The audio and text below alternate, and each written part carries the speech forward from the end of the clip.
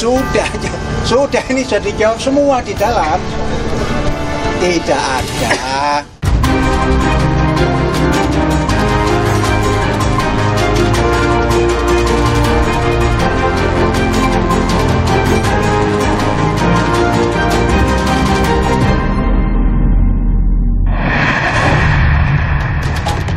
Pimpinan Pondok Pesantren Al Zaitun Panji Gumilang diperiksa polisi atas dugaan penistaan agama.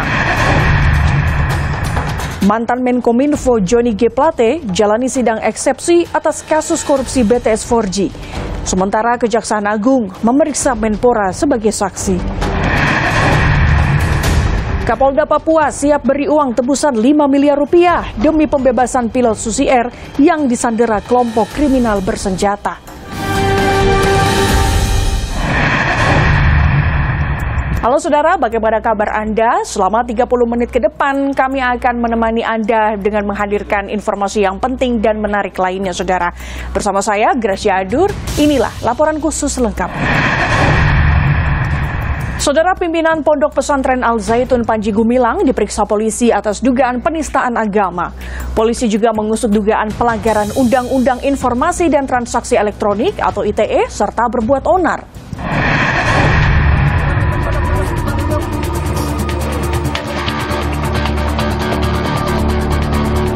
Pondok Pesantren Al Zaitun Indramayu kian jadi sorotan lantaran praktik keagamaan yang dianggap menyimpang. Setelah kasus ini viral, sejumlah pihak melaporkan pimpinan Pondok Pesantren Al Zaitun Panji Gumilang ke Barreskrim Polri. Senin kemarin, Panji Gumilang penuhi panggilan polisi.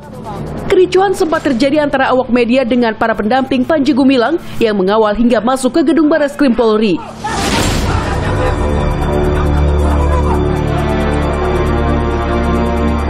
Setelah menjalani pemeriksaan selama kurang lebih 8 jam, Panji Gumilang mengaku telah menjawab seluruh pertanyaan dari penyidik Polri. Semuanya panggilan Barreskrim telah saya penuhi.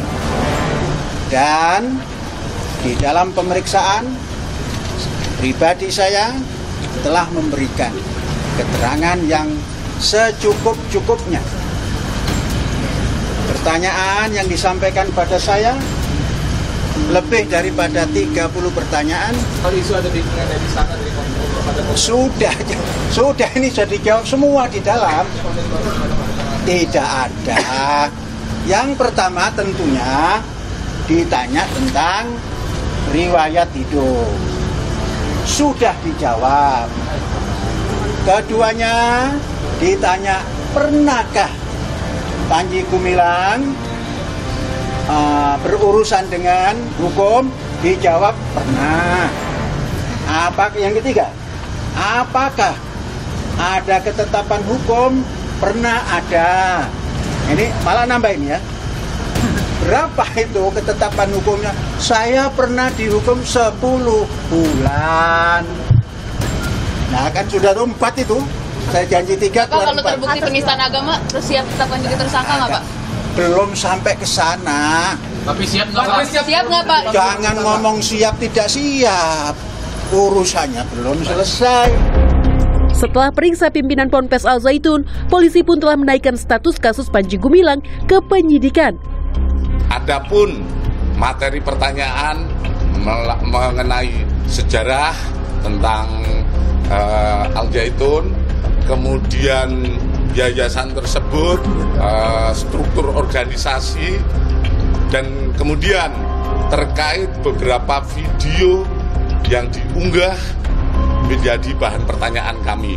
Yang bersangkutan menjawab semua dan mengakui bahwa apa yang di video itu adalah benar. Polisi pun terus mengusut dugaan tindak pidana lainnya oleh Panji Gumilang. Di antaranya, dugaan melanggar Undang-Undang Informasi dan Transaksi Elektronik ITE, serta berbuat onar. Salah satu yang melaporkan Panji Gumilang adalah pendiri NII Crisis Center Ken Setiawan. Ken sempat menjadi pengurus Ponpes sebelum hengkang dan mendirikan lembaga deradikalisasi ex-anggota NII. Usai melaporkan Panji Gumilang, Ken justru dilaporkan balik. 113 wali santri melaporkan Ken atas dugaan pencemaran nama baik. Ken juga dituding menyebar fitnah atas pernyataannya di kanal YouTube Harry Pras pada 22 Mei 2023. Yang pada pokoknya santri Al-Zaitun bisa berzina, melakukan zina, bisa melakukan pacaran apabila ada uang 2 juta, dosanya bisa ditebus. Ini pernyataan tidak benar kepada ketidaknyamannya wali santri dan santri, sehingga banyak wali santri dan santri dipojokkan atau dijustis bahwa keluaran dari Al-Zaitun itu adalah tempat yang bisa berzina. Kini, nasib hampir 5.000 santri menjadi fokus pemerintah. Evaluasi terhadap Ponpes Al-Zaitun dilakukan. Karena itu evaluasinya itu apa? Melihat penyelenggaraannya, melihat kurikulumnya, melihat konten pengajarannya dan sebagainya, sehingga hak untuk belajar bagi para santri dan murid-murid di situ tidak akan diganggu, terus berjalan. Kementerian Agama juga menambahkan pembekuan lembaga akan dilakukan jika ditemukan pelanggaran berat. Penegak hukum Polres Indramayu ditangkap semuanya.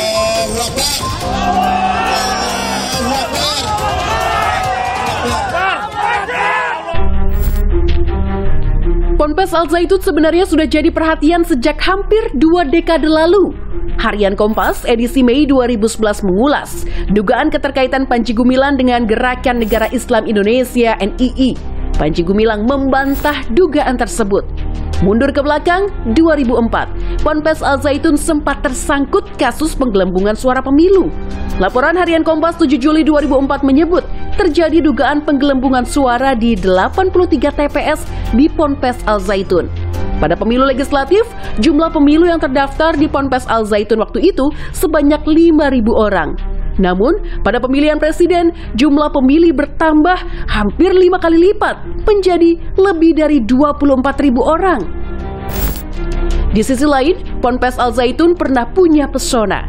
Agustus 2005, salah satu surat kabar Amerika Serikat, The Washington Times, sempat membahas Ponpes Al-Zaitun sebagai madrasah terbesar di Asia Tenggara. Hal senada pun pernah diulas Harian Kompas pada tahun 2000. Di balik kontroversinya, sejumlah pejabat dan politisi silih berganti pernah mengunjungi Ponpes berusia 30 tahun ini.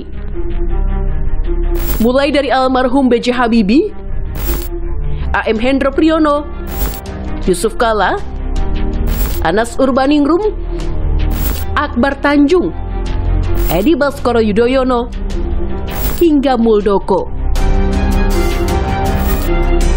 Alhasil, muncul dugaan ada orang penting di balik Ponpes Al-Zaitun.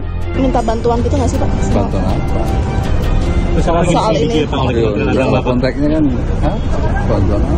Pak Muldoko sendiri pernah ngasih ceramah. ngasih ceramah. Ngasih ceramah kebangsaan di sana. Kan kita nggak ngerti apa yang terjadi secara utuh di dalam. Tapi yang saya lihat bahwa norma-norma kebangsaan berjalan di sana. Indonesia Raya selalu dinyanyikan. Penyelidikan dugaan praktik penistaan agama di Ponpes Al-Zaitun dan investigasi dugaan tindak pidana terhadap pemimpin Ponpes Panji Gumilang terus berjalan. Siapakah yang akan terseret dalam polemik ini? Adakah kejutan terjadi?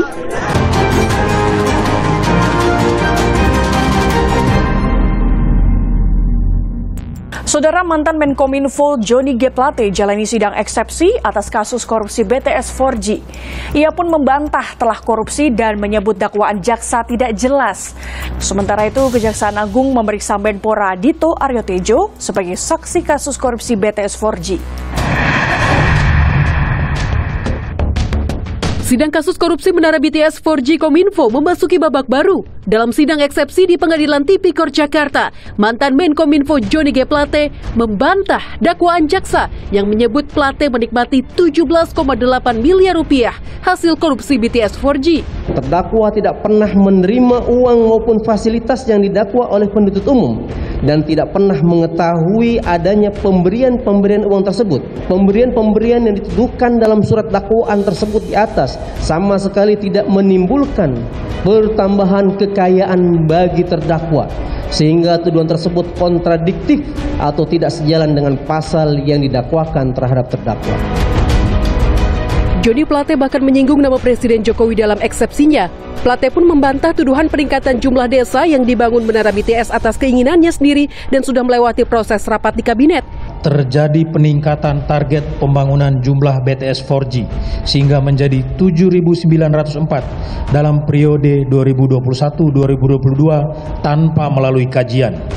Padahal faktanya, program pembangunan BTS 4G 2021-2022 adalah penjabaran atau pelaksanaan arahan Presiden RI yang disampaikan dalam berbagai rapat terbatas dan rapat intern kabinet, dan secara keseluruhan seluruh persyaratan untuk kegiatan pengadaan atau pembangunan BTS 4G telah terpenuhi dan telah tercantum dalam rencana kerja anggaran RKAKL Kemenkominfo dan telah direview oleh Direktur Jenderal Anggaran Kementerian Keuangan RI.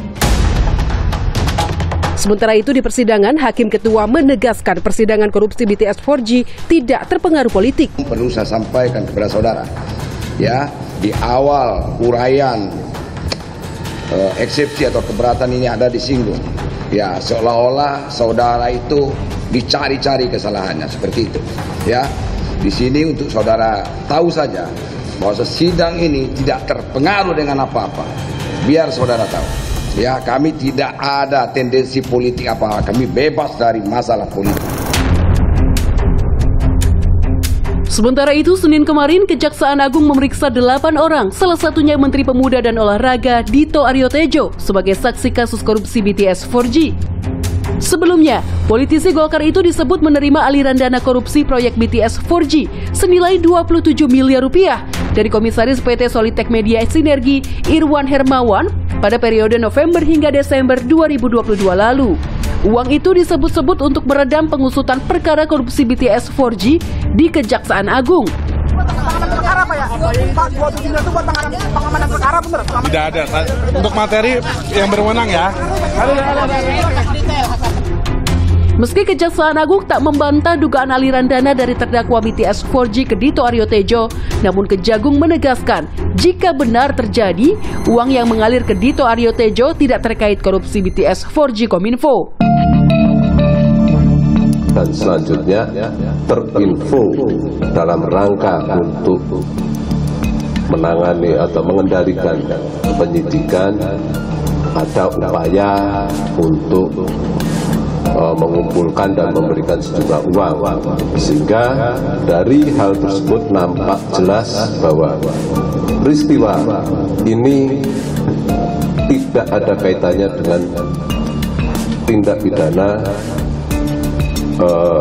yang menyangkut proyek BTS paket 1 sampai dengan 5, ya.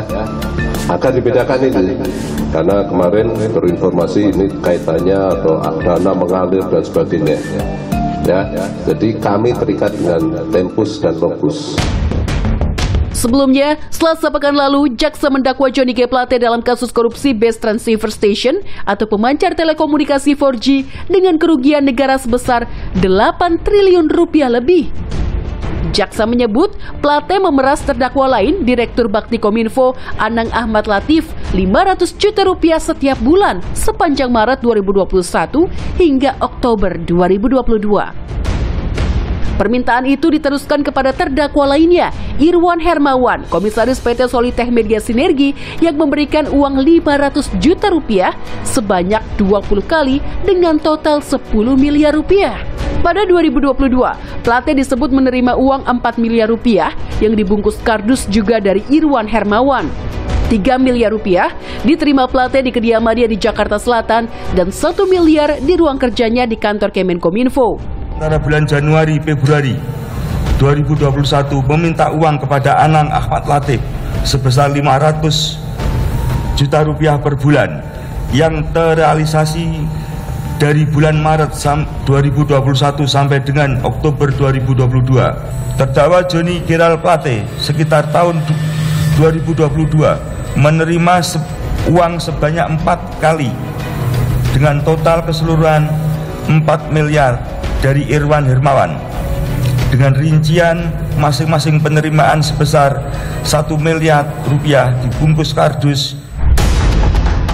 Tak hanya itu, Maret 2021, Johnny Plate memerintahkan Anang Ahmad Latif mengirimkan uang sebesar 500 juta rupiah kepada Yayasan Pendidikan Katolik Arnoldus dan 1 miliar rupiah kepada Keuskupan Dioses Kupang.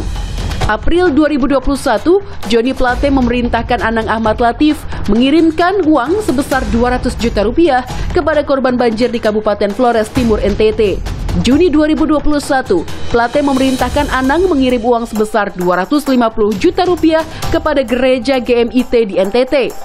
Pada tahun 2022, Plate juga didakwa mendapat fasilitas dari Direktur Utama PT Sunshine Exindo, Jemi Suciawan, berupa pembayaran hotel bersama tim selama perjalanan dinas ke Barcelona, Spanyol, hingga fasilitas di Paris, London, dan Amerika Serikat dengan total 1,4 miliar rupiah. Plate pun disebut menerima fasilitas dari terdakwa lain, Galumbang Menak Simanjuntak, Direktur Utama PT Mora Telematika Indonesia, berupa pembayaran bermain golf sebanyak 6 kali sebesar 420 juta rupiah. Aliran uang korupsi Menara BTS juga diduga mengalir ke wakil rakyat. Koordinator Indonesia Corruption Watch Agus Sunaryanto mendorong Kejaksaan Agung terus mengejar tersangka baru dalam korupsi Menara BTS 4G. Salah satunya mendalami proses penyetujuan dan penganggaran proyek BTS 4G di DPR. Karena di media sebenarnya sudah mulai muncul tuh ada aliran ke DPR, kemudian ada aliran ke staf menteri gitu ya. Nah, menurut saya kita tunggu saja drama ini, dan yang belum terbongkar menurut saya memang dalam proses perencanaan di DPR. Ini tidak serta-merta pasti muncul proyeknya di Kominfo, pasti kan Pak Johnny G. Plate yang termasuk Direktur Bakti mengajukan itu ke DPR. Nah, siapa yang dalam proses pengajuan itu, siapa yang terlibat dalam persetujuan, siapa yang menolak, dan lain-lain.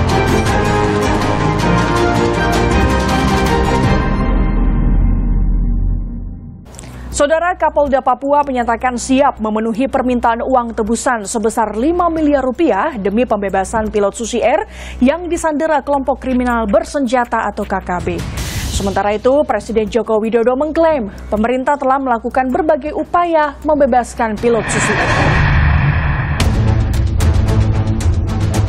4 bulan sudah pilot Susi Air Philip Martens disandera kelompok kriminal bersenjata atau KKB di wilayah Nduga, Papua Pegunungan. Upaya negosiasi dengan keluarga pimpinan KKB, Egyanus Kogoya, pun hingga kini masih berlangsung. Presiden Joko Widodo mengklaim pemerintah telah melakukan berbagai upaya membebaskan pilot Susi Air. Kita akan terus berusaha bernegosiasi. Sebetulnya banyak hal yang kita lakukan di sana tetapi tidak bisa saya buka di sini. Kapolda Papua Irjen Matius Devakiri menyatakan siap memenuhi permintaan uang dari KKB demi pembebasan pilot Susi Air yang merupakan warga negara Selandia Baru itu. Kami sudah dari pemerintah sudah memberikan tawaran-tawaran kepada dia. Sekarang tinggal dia memilih. Tetapi kalau minta merdeka, saya bilang itu hal yang tidak mungkin. Meski uang tebusan telah disiapkan pemerintah daerah Papua, hingga saat ini kelompok kriminal bersenjata di bawah pimpinan Egyanus Kogoya tak kunjung membuka negosiasi.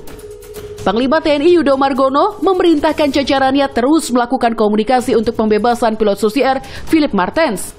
Pasalnya, batas waktu negosiasi yang diberikan KKB jatuh pada 1 Juli lalu. Kita tidak mau berhadapan dengan kekerasan senjata karena nanti dampaknya pasti pada masyarakat. Sehingga kita tempuh jalan tokoh agama, tokoh masyarakat yang untuk melaksanakan negosiasi. Pesawat Susi Air telah menjelajahi bumi Cendrawasih sejak tahun 2006.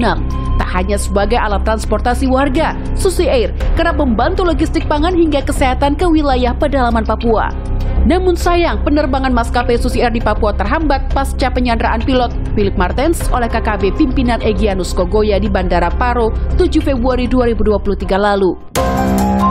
Sementara itu, mantan Menteri Kelautan dan Perikanan sekaligus pemilik pesawat Susi Air Pilatus Porter, Susi Pujiastuti dalam program produksi Kompas TV beberapa waktu lalu mengaku geram dan menuntut sang pilot segera dibebaskan. Saya marah. Kalau Pak Bishop saya tanya saya mau apa? Kalau saya suruh menyelamatkan pilot saya sendiri, saya akan minta bom sama TNI.